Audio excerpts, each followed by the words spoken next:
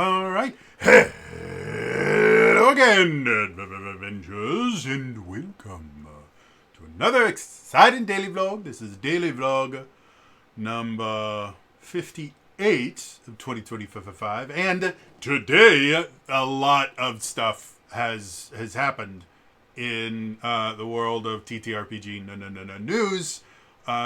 So something that I generally don't do. I'm going to put timestamps in this video because there are three kind of big major things that are happening, and I want people to be able to find them if they want to find out about something specific. So if you're here from like YouTube front page or something like that, just go to the part that interests you. So, the first big announcement. Remember like last year when we talked about how Geek Sundry's back?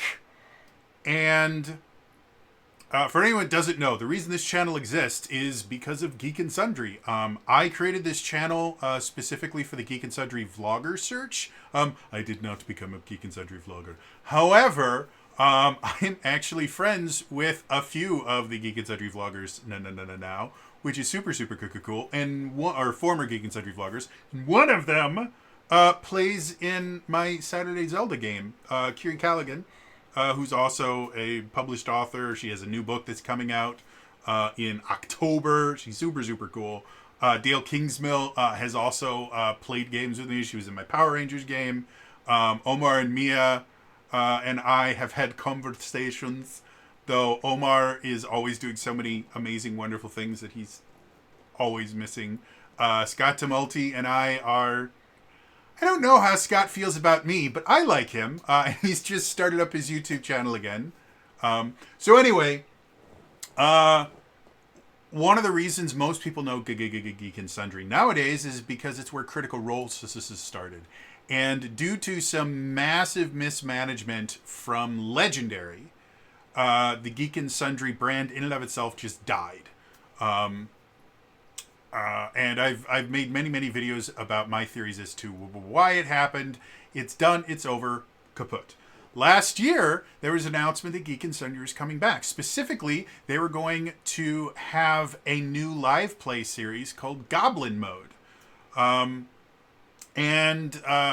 After launching Goblin Mode, they also had a limited series where they played the Pokemon TCG.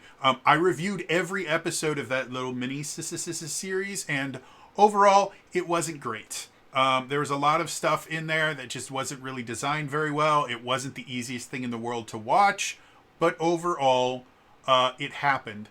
And then nothing else, really. The Goblin Mode is still going on, but it's not getting particularly good views. I'm actually going to look up specifically how they're doing so I can talk about it here.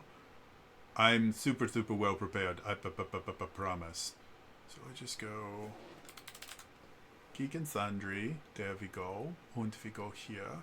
So if we look at Goblin Mode, the first episode has almost 40,000 views, which for a channel with 2.35 million subscribers is kind of pitiful.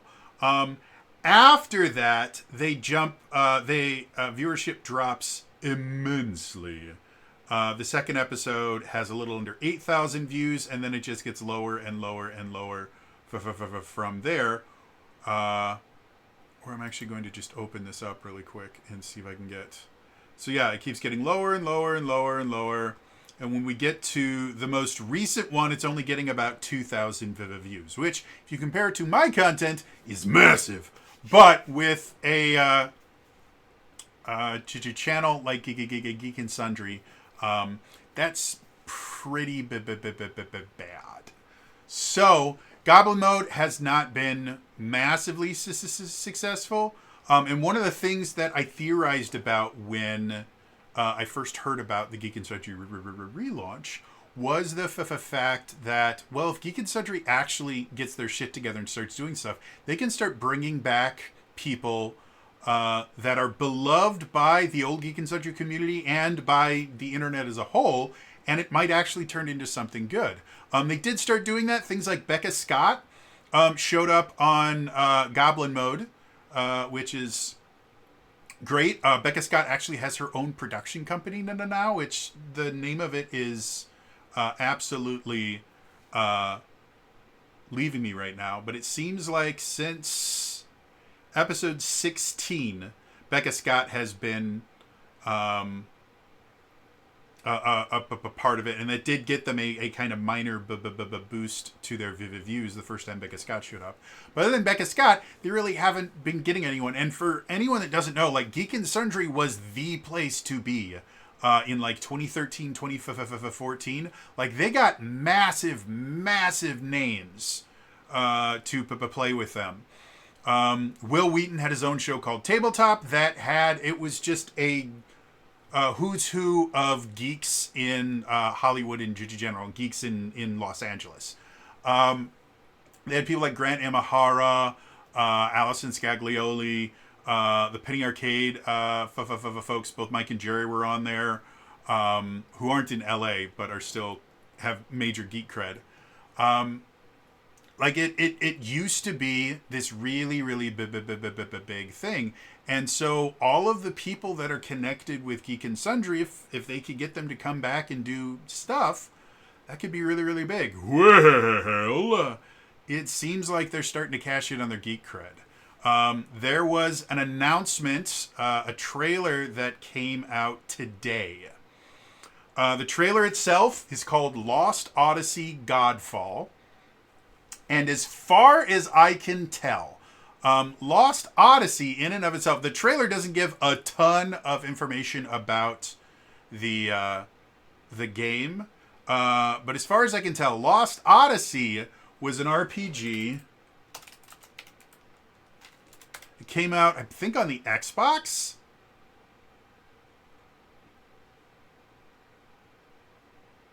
I don't know if it has anything to do with the actual Lost Odyssey game that came out for the 360, but the little blurb that I found in a couple different places is, and of course it's not giving me the thing that I want. Let's try it this way. Stop it! All right, so I'll read the little blurb here. Lost Odyssey Godfall, a one-of-a-kind actual play game special showcasing a new Pathfinder story. So apparently this is just a new Pathfinder story. It has nothing to do with the old Lost Odyssey game. I saw people talking about it in the comments, so I wasn't sure. This is a Pathfinder thing. But the thing that it is, it's a charity event thing. And it's supporting Extra Life. If you're not familiar with Extra Life, they're a wonderful, amazing company. They raise money for children's hospitals all over the country. I'm not sure if it's if they benefit hospitals outside of the U.S., but I know specifically they do in the U.S. Feel free to correct me in the comments down below. The big deal about this is the cast. They have Matt Mercer of Critical Role fame. They have Reggie Watts, whom I don't recognize. Forgive me if I'm missing who they are. That it's just not a name or a face that I remember. Deborah Ann Wall, who not only has an association with Geek and Sundry because she actually ran a show called Relics and Rarities at the very tail end of the Geek and Sundry Twitch channel. It was relatively well received, but it wasn't watched by many people. The views were very low. But the people that did watch it said that it was amazing. And Deborah Ann Wall, she was also on the Netflix Daredevil series. She has done a lot of different things. She recently came into kind of geek prominence because she was on a talk show or something like that. And they asked her about Dungeons and Dragons because she's big into Dungeons and Dragons and she's a DM. And she actually had... She basically, somebody said, well, what is it, Dungeons and Dragons? And she's like, well, do you want to play right now? Well, sure. And so she just did this very quick example of what Dungeons and Dragons was. And people loved it, thought it was amazing. So Deborah Ann Wall returning to Geek and Sundry after years. And then the other one, well, we'll talk about her in a second, but also Brandon Ruth, If you're not familiar with Brandon Routh, he was Superman in Superman Returns, and he's done a lot of different things. So, yeah, and he's pretty well known in the geek sphere. So cool stuff there. But the biggest name for former Geek and Sundry is Felicia Day is back.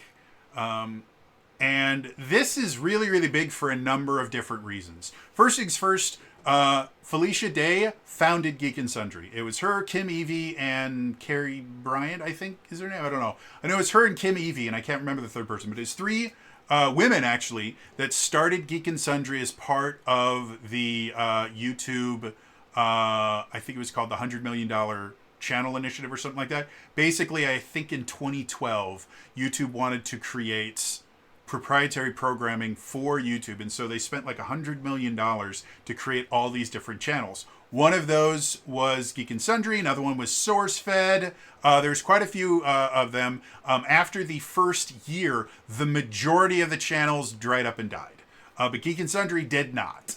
And so Felicia Day started Geek and Sundry. Felicia Day is the reason that one of the reasons that Critical Role currently exists, because she approached Ashley Johnson, whom she knew through some of the other indie work that she had done, and she approached Ashley Johnson after hearing that Ashley Johnson had a home game that she played in with a bunch of voice actors. Said, "Hey, would you guys mind doing this live for our Twitch channel?" And the rest is history. But the reason that it's such a big deal is after the buyout from Legendary and all of the nonsense that happened with mismanagement of the Twitch channel by Legendary, the Geek and Sundry staff did their absolute best to basically steer a sinking ship with extremely limited resources. So none of this is on anyone at Geek and Sundry. This is all on Legendary, and one person in particular, I can never remember his name, but he basically screwed over the entire thing.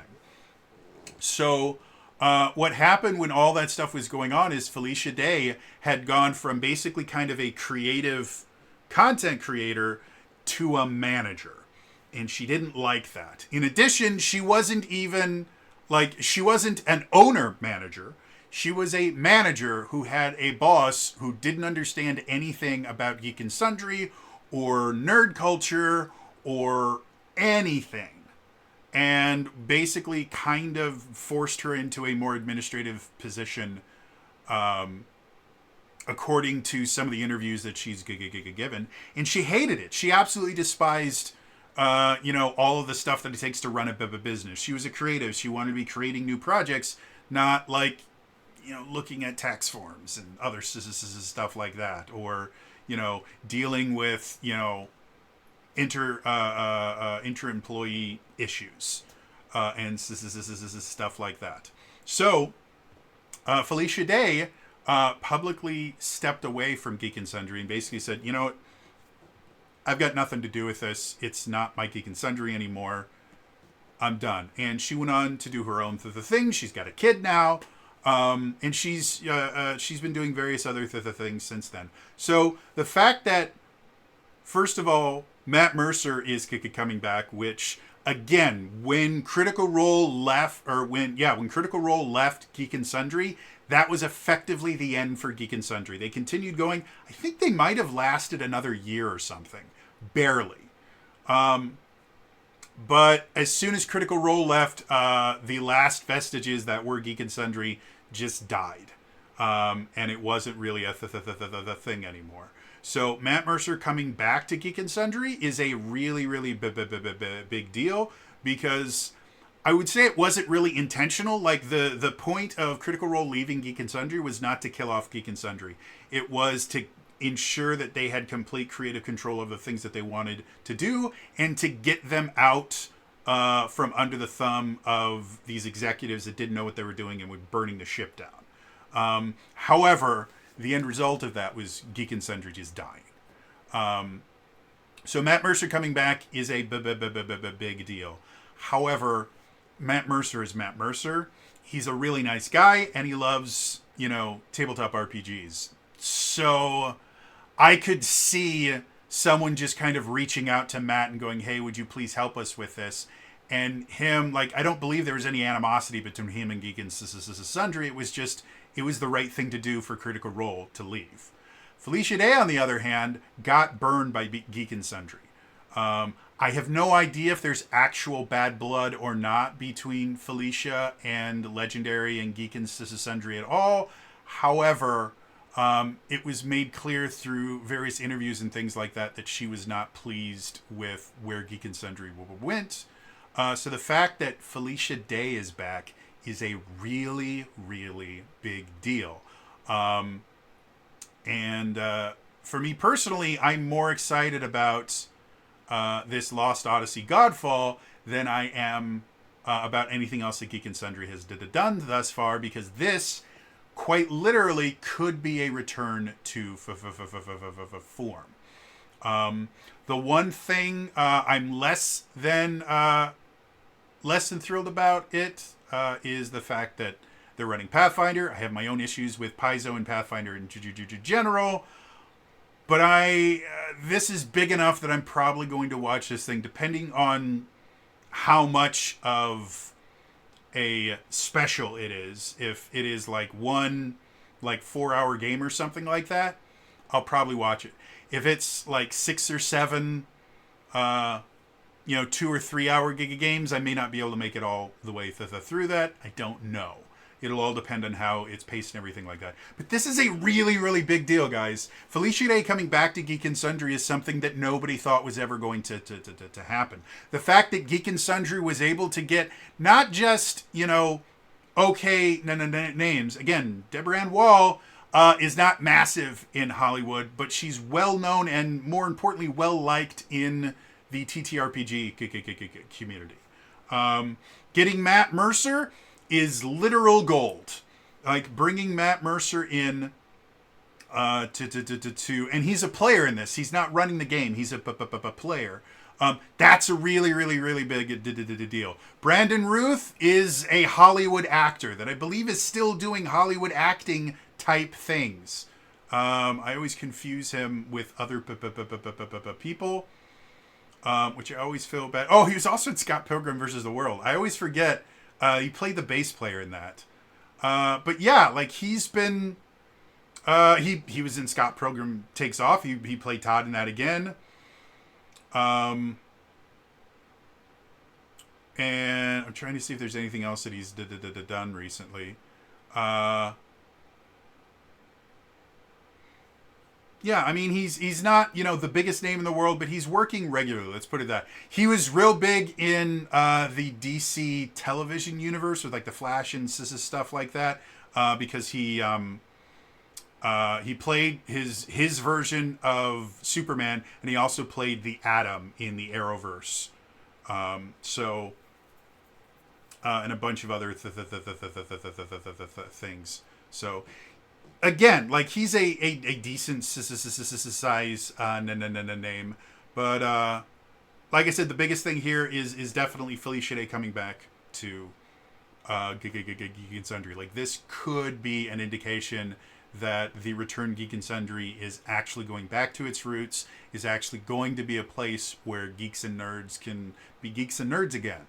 And that would be an amazing, amazing thing. Again, the reason this channel exists is because of Geek and Sundry.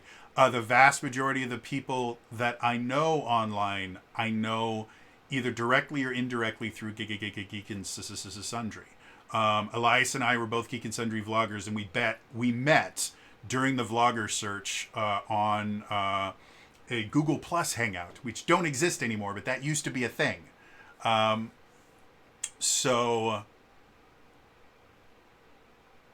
That's where that is. Ilea from my Zelda game. I met her because she was a Geek and Sundry Twitch mod, and she started playing in my parody game. Don Diego, I met through the vlogger search, and I got him into D&D by playing in one of my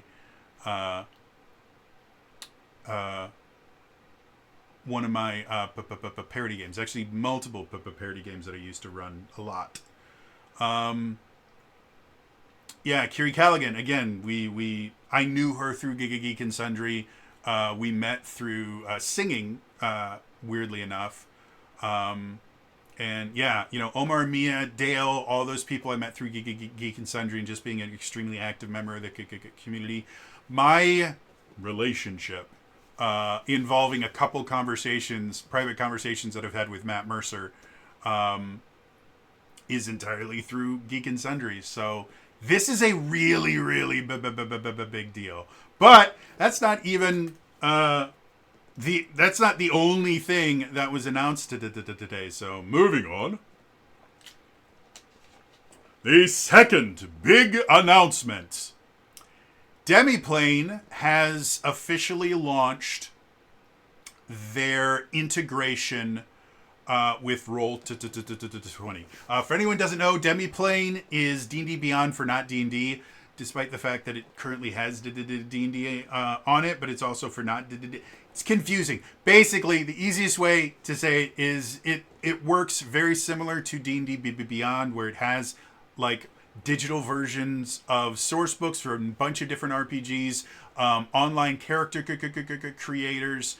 They even at one point had a very, very simplistic virtual to the tabletop. Well, I think last year they were purchased by Roll20, one of the oldest virtual to the tabletops on the internet, and the one that I use the most. I really, really enjoy Roll20, if for no other reason than I've been using it for nearly a decade now, and I understand how everything works on it. So the integration between Demiplan and Roll20 is you can, and I'm going to actually bring up the thing so I can talk about the specific stuff. So basically, you can link your Roll20 and your Demiplan accounts, and basically there's a bunch of different things. The biggest of which, in my opinion, is what they call cross-platform sync. Basically, with certain publishers, if you own a book on Demiplan, you will automatically own it on Roll20, and vice versa. Those particular publishers, or the games that works with, are Marvel the Multiverse role-playing game, Alien the role-playing game, all the Pathfinder and Starfinder titles that exist on both platforms, and Hope Reborn from I'll never pronounce this right, our Talsorian Games, also will work with that. And I believe that Hope Reborn, I'm actually not sure what Hope Reborn is. I believe it's from the same people that make Cyberpunk. Yeah, no, it's a mission book for Cyberpunk Red, which is the newest version of Cyberpunk. So that in and of itself is pretty cool. The ability, so the advantage of owning something on Roll20 is the ability to effectively drag and drop it, which is fine for character creation if you're using the character sheets on Roll20. Some of them are really good. Some of them are We'll talk about character sheets in just a second here. But the big benefit of owning things on Roll20 is if you're running pre-written adventures. And the reason why is when you run pre-written adventures, you can actually create a game and select the adventure you want to run. It will have all the maps preloaded for you. It'll have all the monsters ready for you. Like, it makes running games virtually significantly more simple. So that in and of itself is very, very useful. You will notice there is nothing about Dungeons & Dragons integration. I wonder why. We'll talk about that in just a little bit here. But overall, very interesting. So in addition to that, they also have shared subscriptions. Basically, if you have a Demiplan subscription, you basically can do two things. One, you get an unlimited number of characters that you can create on Demiplan. Normally, I think you're capped at 10. The second thing is you can share any content that you own on Demiplan with up to, I think it's 24 people. So if you wanted to get into playing the Marvel Multiverse role playing game, something I'm very very interested. I own the playtest document, but I never got a chance to actually buy the real books. Not only can you have access to all of it, but you can give access to up to 24 of your friends. So you and everyone playing in your Marvel Multiverse role playing game campaign will only have to buy the books once, and everyone will get access to them. So that in and of itself is cool. But the way, and then for Roll20, there's 2 different levels of subscriptions, and they do different things. I upgraded to the higher level one because it gives you free shit in addition to other stuff. But the big benefit of Roll20 subscriptions thus far has been you have increased storage.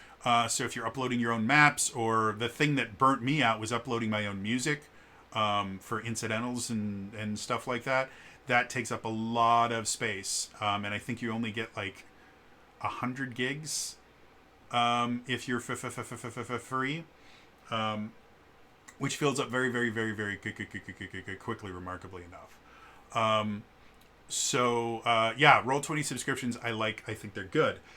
But if you link your account and you already have a Roll20 either Plus or Pro subscription, so the basic or the higher one, you automatically get the Demiplan subscription. So I've never had a Demiplan subscription, but I do now because I linked my accounts, which is super, super cool. And I'm very much a fan of that. Again, the subscription for me, because I don't use Demiplan a ton, a Demiplan subscription just hadn't been worth it for me. But the Roll20 subscription, since I use it so much, was very, very valuable. Still is very, very valuable for me.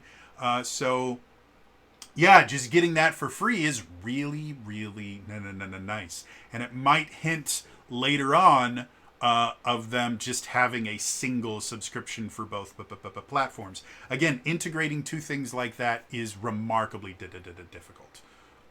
So it does not surprise me in any way, shape, or form that they're still technically separate but linked, as opposed to just being completely integrated. In addition to that, they're calling it the Character Integration Public Alpha.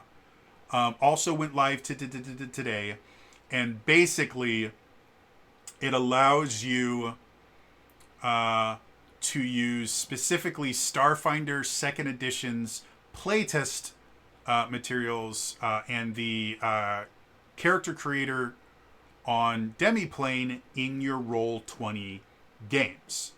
I don't play Starfinder. I think I own Starfinder. Like I have digital. I have PDFs of I think most, if not all, the books of 1st edition. I've not looked at all into 2nd edition Starfinder whatsoever. Again, the same problems I have with Pathfinder, the problems I have with Starfinder. It's tend to be overly complex, over designed. For me, it's just not fun. It's like doing math homework as opposed to playing a game. But I like the theme and the idea behind Starfinder. And again, I have no idea what was changed in Starfinder 2nd Edition, so it may be that I might really, really enjoy Starfinder 2nd Edition. We don't know.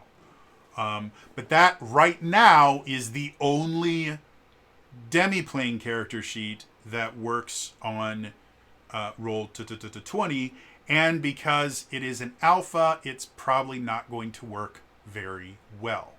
But it's the first step. And again, that's a really, really big deal. I have done character builders on Demiplan. I really, really like them. If you've watched my Designing New Dragons series, I did a series on Avatar Legends. And the character builder I use for that is the Demiplan character builder. It's a great character builder. It works really well, and you can use it to run your character when you are playing a game. It's great for stuff like that. So having Demiplan integrating Starfinder first, I'm going to almost guarantee the reason they're doing Starfinder first is probably because they have a deal with Paizo. In the same way that Paizo is obviously sponsoring Geek and Sundry to do this Lost Odyssey special that they're doing. Yes, they're doing it for Extra Life, but Paizo is getting free advertising from it, so I'll guarantee that they've put in some money or something for it to happen. So I would assume that's why Starfinder 2nd Edition is the first one that's being done here. And I don't actually think that's a bad thing. They had to use something in order for them to start integrating these two services. They had to start somewhere. And the benefit of Starfinder 2nd Edition being the one that they're using is nothing is finished with Starfinder 2nd Edition. It's still in playtest. And so because of that, people are going to not only be a little bit less critical of the product not working the way they want it to, because it's an alpha of a playtest material.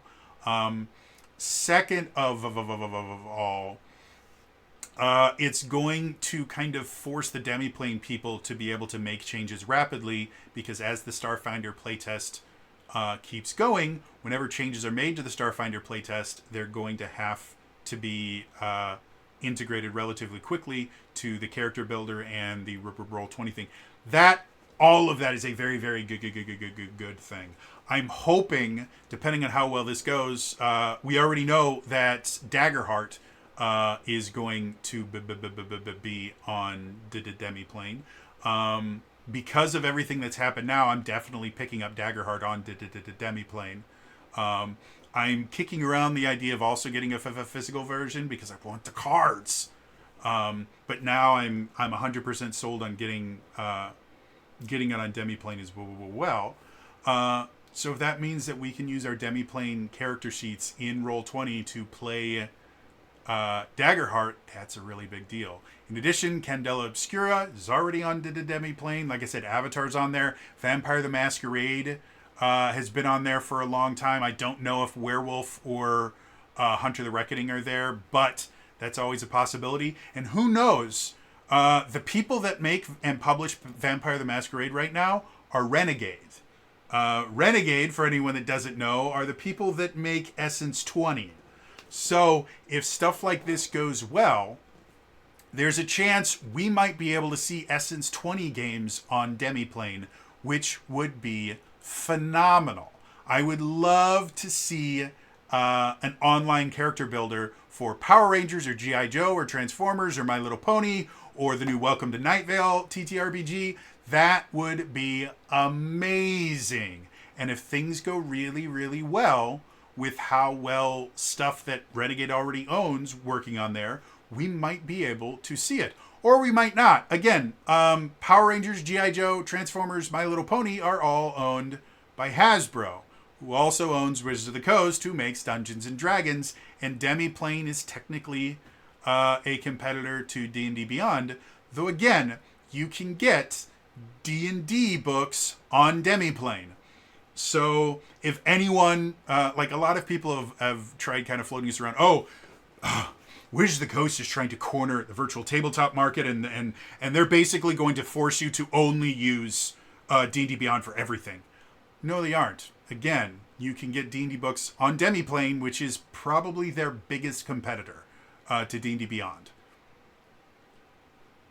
And there's no problems with that.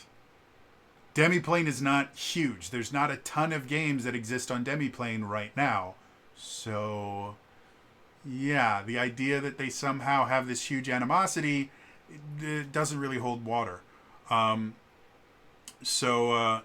and again, because I play using Roll20, if eventually we get the ability to integrate the D&D character sheets on Demiplan with Roll20, like the D&D, the character sheets on Roll20 for D&D are not great. In general, there's a lot of community-created ones that tend to work better than the official Roll20 character sheets.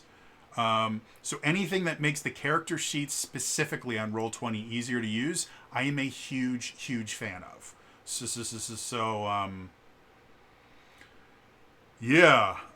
We will see where that goes. Speaking of virtual tabletops, moving on. The other massive announcement, as of like 4 or 5 hours ago, Project Sigil, which is the 3D virtual tabletop created by Wizards of the Coast and hosted through D&D Beyond, is officially live. Some caveats. I think I can say this now. I got into the beta playtest for Sigil, and I was under a very strict NDA, so I'm actually not going to talk about any of my impressions of the game back then. However, now that it is officially out, I can talk about it because I just played it a little while ago to see how things are going. I can talk about the current version of it. Sigil is in an alpha. I don't know if they're officially calling it an alpha anymore because they've released it to the public, but it's 100% an alpha. And it's not in the greatest shape right now. As a 3D virtual tabletop, it works relatively well. I'm not particularly great at using 3D virtual tabletops. Like, I own Tailspire. I have never created a single map in Tailspire because I do not understand the interface well enough to use it. The stuff that I've seen in the public version of public version of Sigil makes it feel similar to Tailspire in the fact that they are both 3D tabletops, and they use kind of a grid-based building system, stuff like that. That being said, not everything works in Sigil right now. Probably one of the coolest things you can do in order to play Project Sigil, you have to have a D&D Beyond account. It's free to download. However, if you have one of the subscriptions to D&D Beyond, one of the paid subscriptions, you get extra stuff. So I have a what's called a Master's tier subscription because I'm a Dungeon Master and I use it. It allows me to share content with all of my players, things like that. So with that Master's tier subscription, you basically get access to a ton of stuff in Sigil. They have a bunch of monsters already preloaded into it, so you can literally just drag and drop monsters and things like that onto the field. The movement and stuff works relatively well. They do have an interface so that you can actually run encounters in it. It doesn't work well. With it, you can choose a mini. You can create your own minis. The customization options available right now are extremely limited, but they are there. And once you create a mini, you can link it to one of your D&D Beyond character sheets. And the way that you do that, either you can just click there's a drop-down menu, and you just pick the character that you want this mini to be attached to, and it will automatically upload your stats, it'll upload your items, your attacks, your special abilities, your spells, everything is just automatically loaded onto your character. It's very, very nice. However, the majority of those things don't work. The first character I always make is my monk, Aether. He exists on D&D Beyond. So I created a mini for him, and then I added, or I attached it to my level 17 Aether character sheet, and it doesn't do monks. There is no option for unarmed strikes under the attack option. There's no bonus action at attacks, and it doesn't factor in the martial arts damage correctly. So it's a thing, and if you're willing to use it exclusively as a virtual tabletop and not as a combat simulator, it works.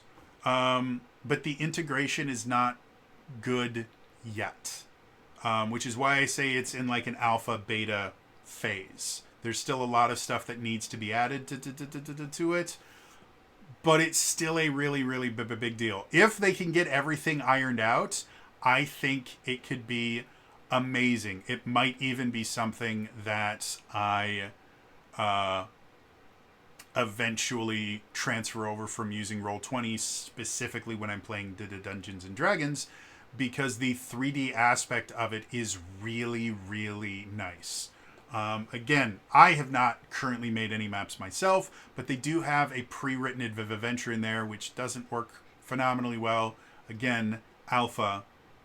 But the maps that they have for it are phenomenal. They're amazing looking. And the few things that do work look very, very pretty. You know, casting spells, you actually cast the spells, and it's very, very cool. You can do just regular dice rolling. You can manually add and subtract hit points to tokens. You can put any status conditions. So you can run Dungeons and Dragons in Sigil right now. However, it doesn't work phenomenally well if you are trying to run D&D in it. If you're just using it as a place to move your minis around and things like tracking distance and stuff like that, it works perfectly fine. But the integration, like the character sheets in Sigil, are not character sheets that I would ever want to try and run a game through. I would still need to have my D&D Beyond character sheet open to be able to know what I could do and stuff like that. So it's rough right now, but the fact that it is now in the public is a really, really big deal. It means that they're going to be getting significantly more feedback than they have been thus far, and there's going to be a lot more eyes on it, which either will cause it to get much better very fast, or it will go belly up.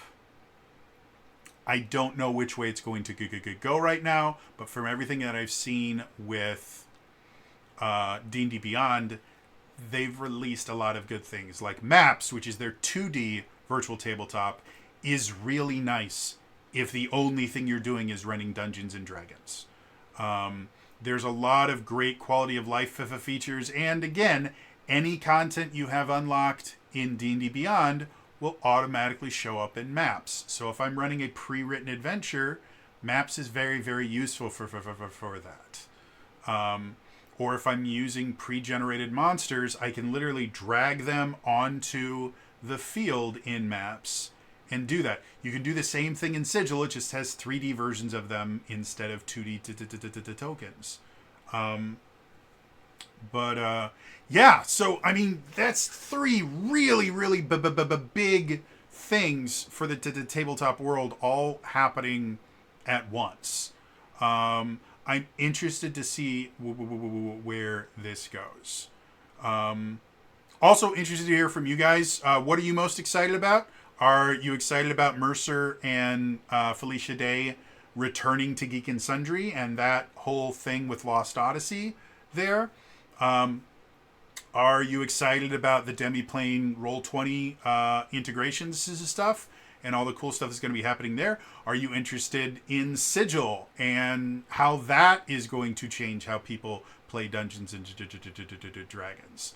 Yeah, like anyone or all three, let me know in the comments down below. Otherwise, again, that's all for me today. We'll see you guys next time. All right? Bye-bye.